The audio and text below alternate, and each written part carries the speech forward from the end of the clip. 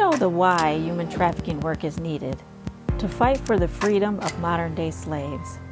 But love, passion, commitment isn't all you need to be an effective and successful anti-trafficking advocate. Learn the how. I'm Dr. Celia Williamson, Director of the Human Trafficking and Social Justice Institute at the University of Toledo. Welcome to the Emancipation Nation podcast, where I'll provide you with the latest and best methods, policy, and practice discussed by experienced experts in the field so that you can cut through the noise, save time, and be about the work of saving lives. Welcome to the Emancipation Nation, episode 130. This week, I returned back to do a solo episode about the 12 survivor journeys. You can go back and listen to the episodes that talk about each journey 1 through 7. And now we're on the 8th journey. Last episode, I also talked about toxic and nurturing people in your life and how to tell the difference and how to start to distance those toxic people and bring those nurturing people closer.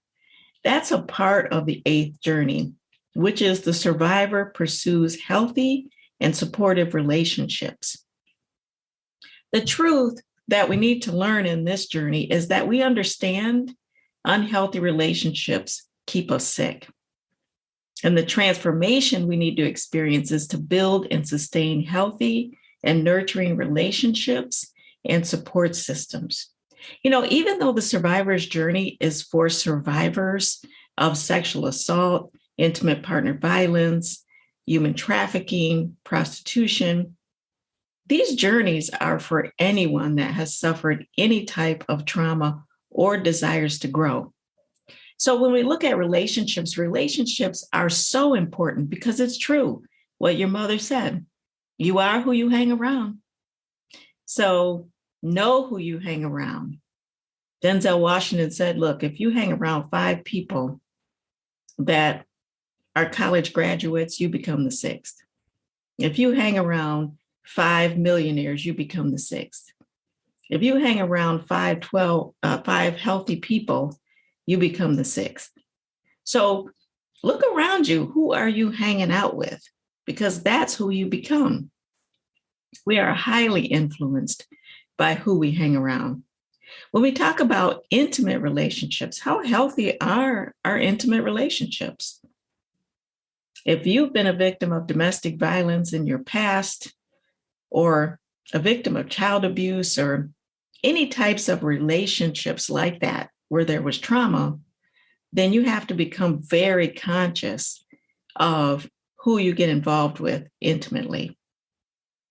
So I like to say, you know, your chooser is a little off if you have suffered any type of relationship type of trauma. And look, most traumas are involving relationships, whether it's domestic violence, whether it's sex trafficking, those types of things.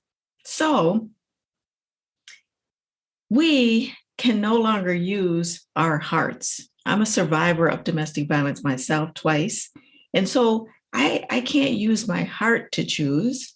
I have to use my heart and my brain to choose. I have to make sure that I'm making a healthy choice. So, you know, if your eyes meet across the crowded room and you instantly connect with somebody and you make your way toward each other because it's love at first sight, be suspicious. Because myself, if I'm in a room crowded with 50 men, eligible men, I'm going to pick the one that is dysfunctional if I just use my heart. So I have to use my heart and my brain. So no more emotional choosing. There's going to be logical choosing based on your heart and your mind. But before you even pursue an intimate relationship with someone else, let's make sure we have a healthy relationship with ourselves. And so that's why this episode is called It's Not Selfish, It's Self-Care. So self-care can be deep. It means, am I emotionally healthy inside? And am I taking care of myself emotionally, particularly during stressful times? Do I practice gratitude every day? Do I wake up and think to myself, what am I grateful for? Am I grateful that I can see? Am I grateful that I have a job? Am I grateful that I have a family? Am I grateful that I have friends, that I can walk, that I woke up today? Because, if you're not grateful, you start to become entitled and everybody owes you something. So practice gratitude as a part of emotional self-care. Get with your girls, get with your peeps, get with your boys, and process things so that you feel good about yourself, so that you work through issues, so that you take wise counsel from other people. That's how you stay engaged in good emotional self-care. Good mental health self-care. If you have suffered any type of trauma, you should be seeing a trauma treatment therapist. Or if you have anything going on, if you have a diagnosis, if you take medication, talk to someone. Take your medication regularly. Talk to your therapist. Be honest with your therapist. Sometimes we want to practice spiritual self-care. I think that's important to nurture your soul. Financial self-care. Do you have a budget for 2022? Can you live within that budget? Safety is also a critical part of self-care. I mean, physical safety, but also emotional safety. Are you hanging around people that support you or people that ridicule you, make fun of you? That's very important. Who you hang around, very important. Hey, I want to break into this episode for a moment. I want to remind you that survivors of sex trafficking experience trauma as a result. Trauma-informed care is something we learn so that we don't re-traumatize victims. However, trauma-informed care will not lower someone's trauma. We have survivors that need to heal inside. Most quality direct service workers connect survivors to needed services like healthcare, housing, legal services, and more. But these services, while necessary, won't address the internal trauma. Even when we connect them to trauma treatment counselors, they spend about an hour a week addressing traumas that have taken over their entire lives. They need so much more. Connecting someone to needed housing won't fix the brokenness inside. Arresting their trafficker allows them justice, but it won't heal the internal pain. Linking them to a lawyer won't take them to a place of reclaiming their freedom and experiencing genuine joy. Walking alongside survivors to provide support, nurturing, love, kindness, and to build relationship is critical. But they also need the tools to regain the power, choice, and voice internally. Healing the internal pain requires survivors to do the internal work. I've worked with and studied the issue for almost 30 years. I recently wrote a book outlining the 12 journeys that survivors need to go on to heal the trauma and to live the life they truly want to live. I'd love to train you to be a group facilitator leading survivors toward the internal healing they need. The training is the TNT Survivors Journey Group. Let me train you to facilitate these important groups and put survivors on their path to living the life they want and experience the freedom and joy they deserve. To learn more, go to my website, CeliaWilliamson.com, and watch the free webinar to learn more about the course. I look forward to training you and helping you help survivors to heal. And now, on with the podcast. And that's why last week we delved into the idea of these toxic fools that are hanging around your throat, dragging you down, and these nurturing people that are a little standoffish, perhaps, that you need to bring closer to you. So once you know that you're involved in good self-care, you may be looking for a potential partner, or maybe you have a potential partner. What are the qualities that you're looking for in a potential relationship? And I don't mean the external qualities. Don't go there first. How tall you want them to be, what color eyes you want them to have, and that sort of thing. What kind of body they should present you with, and those types of things. I'm talking about something other than physical attraction. Physical attraction is very important, but sit down and create a list of qualities and characteristics you might be looking for in a mate. For example, level of maturity. Is this a person that learns from their past experiences and they evolve as a human being, or can they be just easily swept away by emotion because they have very little emotional regulation? Think about that. What about openness? Are they emotionally open? Do they hide who they are or who's in their life or their past experiences from you? Take into consideration that nobody's willing to be 100% vulnerable until they trust, but is this person open to being vulnerable with you? How about honesty and integrity? Meaning they are who they say they are, and they're where they say they'll be. They're dependable. Once they commit to do something, they do it. How about looking for respect, somebody who respects you? That even if you argue and disagree, that there's a level of respect there because that relationship and you are valuable to them. That means your thoughts and opinions are valuable, even when they disagree. Interdependence, there's a mutual dependence on each other. And in turn, there's also activities and an identity that you have that's in addition to who you are in the relationship. I have many friends that just morph into the relationship and they become a whole different person and they forget who they were and what they like. Affection, do they show you an adequate amount of emotional and physical affection that you need? Sense of humor, do they understand your sense of humor? Can you laugh together? Trustworthiness, you have reasons to trust them. They behave in trustworthy ways. I hope you're writing this down or thinking about it or assessing your relationship that you currently have by this list that I'm giving you. What about attractiveness and intimacy? Are they attracted to you? Are you attracted to them? And is there a good level of intimacy? I don't mean sex. I mean intimacy in terms of truthfulness and vulnerability and affection. Self-discipline. You want somebody that has a level of maturity and they're able to act in healthy ways. They have the ability to challenge themselves to overcome any weaknesses and to pursue what they think is right despite the challenges that they might face. How about clear communication about their thoughts and feelings? Because that's ultimately what leads to trust. And emotional regulation. I mentioned it. Do they lose emotional control or can they hold it together? Positivity and optimism. Do they have the ability to see the good in life? That they aren't always negative. And ambition, do they have goals and are working toward their goals? Doesn't matter if they're working on their GED or their PhD.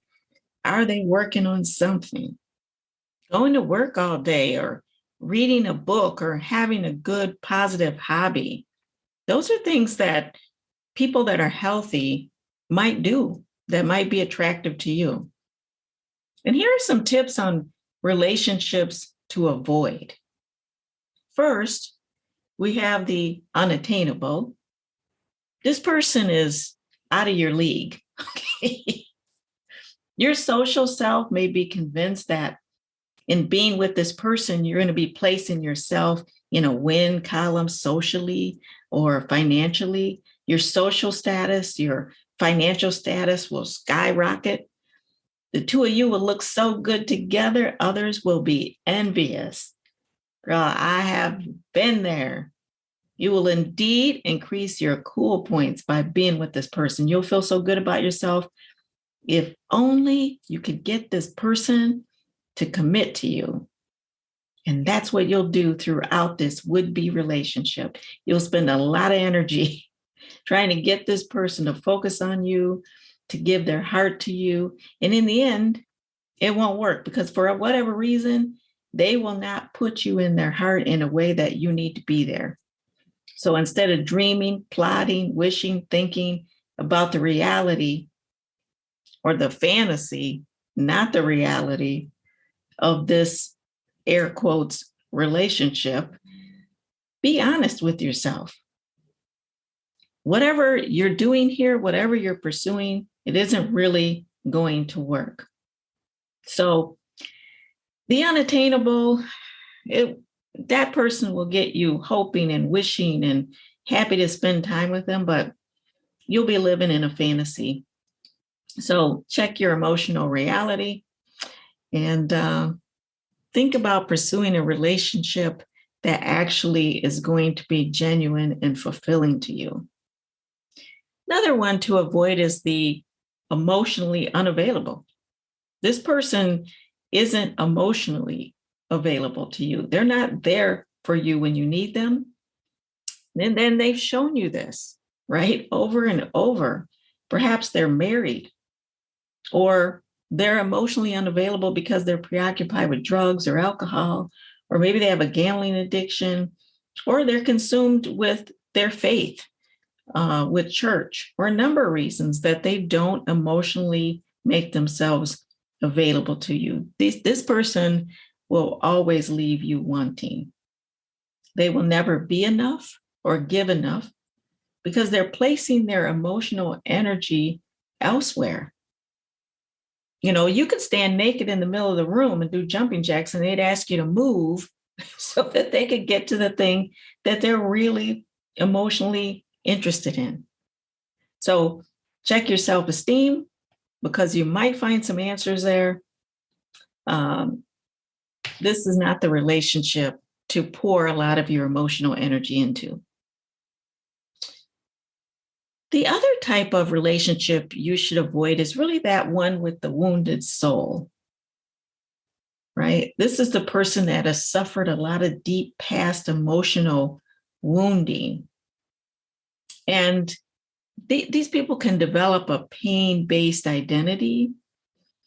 They can take painful past experiences and begin to define themselves by those. They see the world through their pain because they haven't worked through it yet.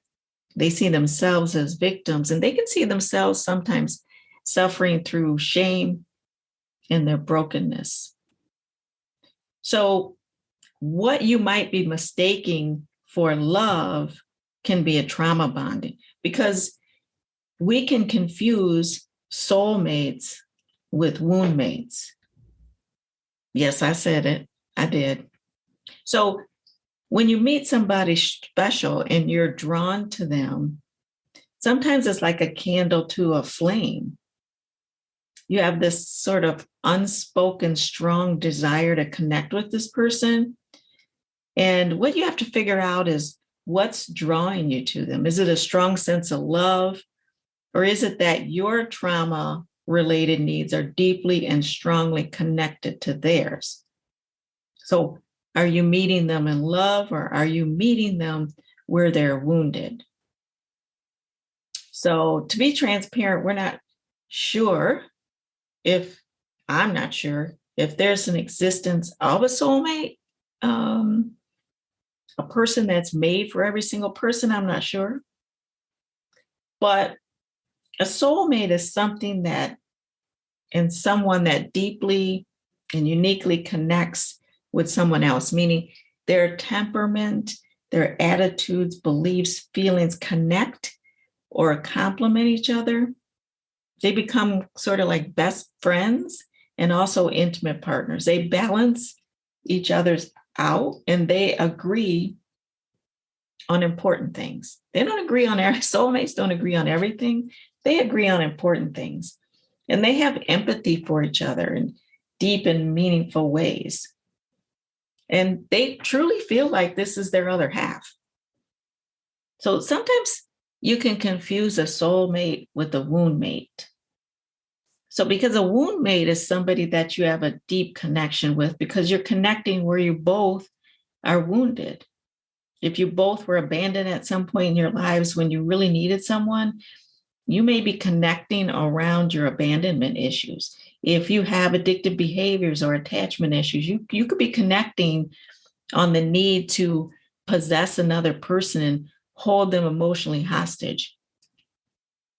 So that is not going to be a healthy relationship for you. Other casual kind of relationships that might not be satisfying to you if you desire more. And those are situationships.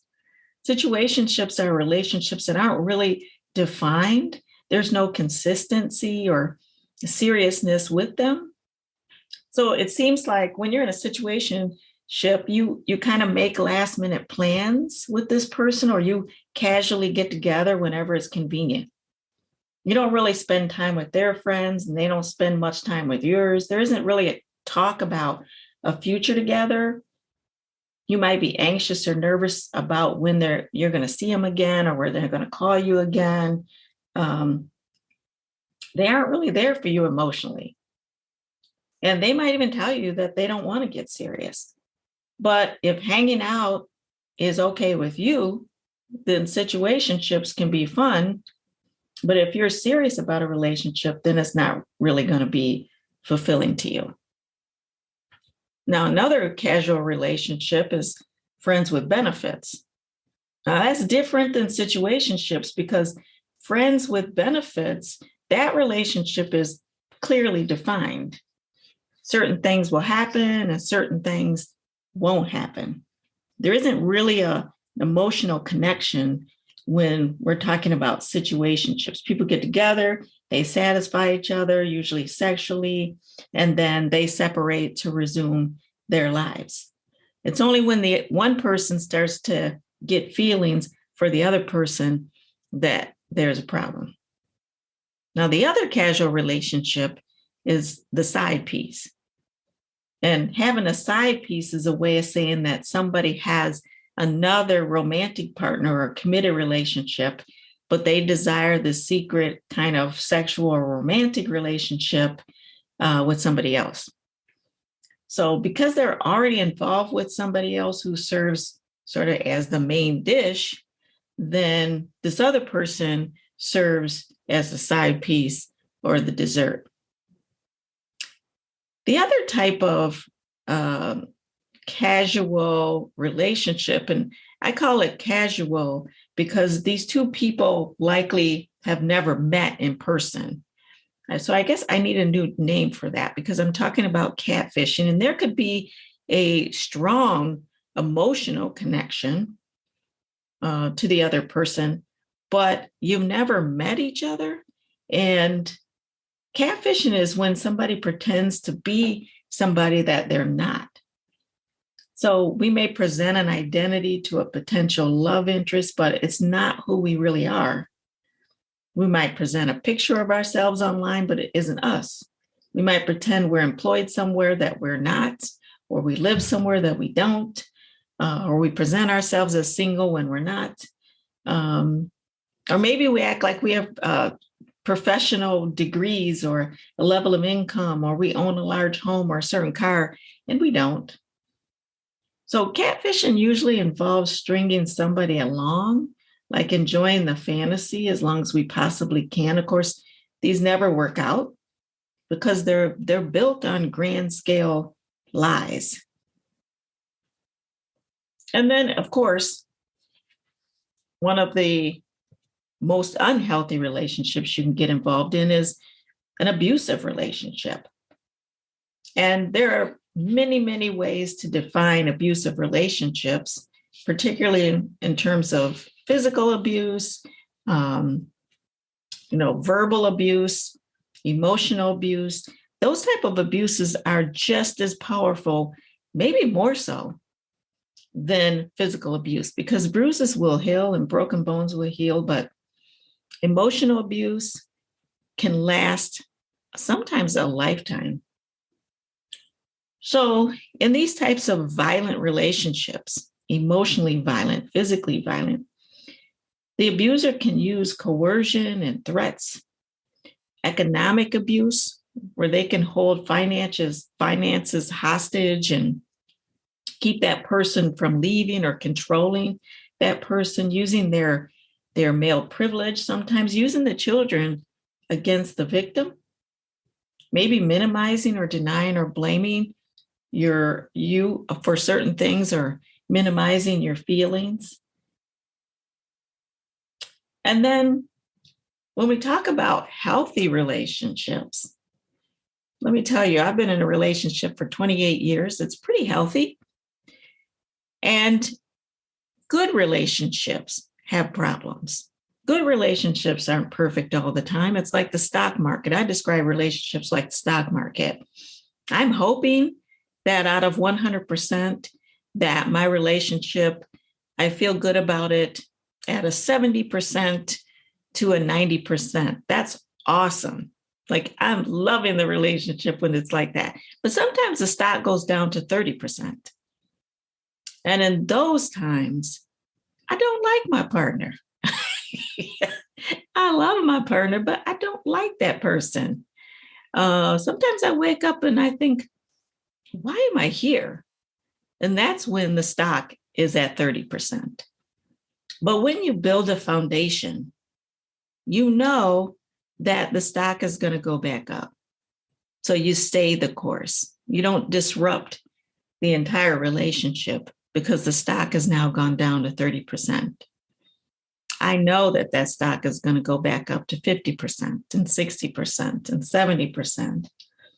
And maybe it goes back down to 20% or whatever it is. And those are difficult times. But when you're in a healthy relationship, there's negotiation, there's a sense of fairness, there's a non-threatening behavior. You disagree, you argue, but there's a level of respect. There's a trust, there's a support, there's an economic partnership. And economic partnership doesn't mean 50-50 all the time. It means there's agreement on what this person will contribute and what that person will contribute. There's a shared responsibility, perhaps shared parenting. If you have children, there's an honesty and an accountability in those types of healthy relationships. Now, when you do argue in these relationships, there are rules that people write about. It's called fair fighting. So when you're involved in an argument, there are a few rules. One of them is to remain calm. Try not to overreact to a difficult situation, and try not to bring up what happened in 19 blah, blah, blah. Try to stay current in the argument and make your point as calmly as possible. Try to use I statements. You know, when I come home and the dishes aren't done, I get upset. When I feel like I'm being treated like I'm not loved and valued, I'm not happy. Try to keep it to I and not you, because then if it's you always do this, you never do this. And then that's just going to take you down a rabbit hole, and you're going to go back and re-examine the entire relationship and bring up every single thing that's ever bothered you. Express your feelings in words, not actions. If you have to take it to that level where you're going to lose emotional control, then take a time out and walk away and let your partner know that you're going to be back. And maybe it's a day later, maybe it's a few hours later. Take a deep breath, play with the dog, take a walk, write in your journal until you get to a place where you can discuss the issue and not just degrade the person. Be specific about what's bothering you. Vague complaints are hard to work on. Deal with one issue at a time. Don't introduce everything in the kitchen sink. No hitting below the belt. No attacking someone's character because you're disgusted, because you're angry. Avoid accusations. Accusations will lead others to focus on defending themselves rather than on understanding you. So talk about how somebody's actions made you feel instead. Try not to generalize and use words like always and never. Avoid exaggerating or inventing a complaint. And don't stockpile, don't sit around and stockpile and store up all your grievances and your hurt feelings and then let them all out at one time. That's counterproductive.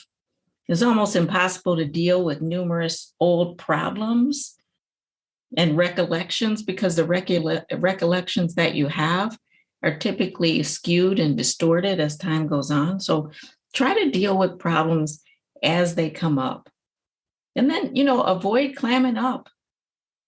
It really involves a two-way conversation. But if you go around quiet, or my mom used to say with your lip poked out because you're mad, then no one understands. That may not be being communicated well. And the more you keep that in, the more it can poison and fester and become toxic. And when it comes out, it's going to be very ugly. So talk about issues as they arise. Everybody has expectations in a relationship, and relationships are never perfect. Relationships come with certain beliefs and unspoken and spoken desires and rules and roles about the relationship or about the partner. So everybody has their whats and their whens and their whys and their wheres and their whos of the relationship. So a lot of the misunderstanding and the arguments happen when one partner misunderstands or miscommunicates or doesn't fulfill some kind of unspoken expectation of the relationship or of the other party. So friendships and intimate relationships really involve caring about and caring for the other person and being there for the other person.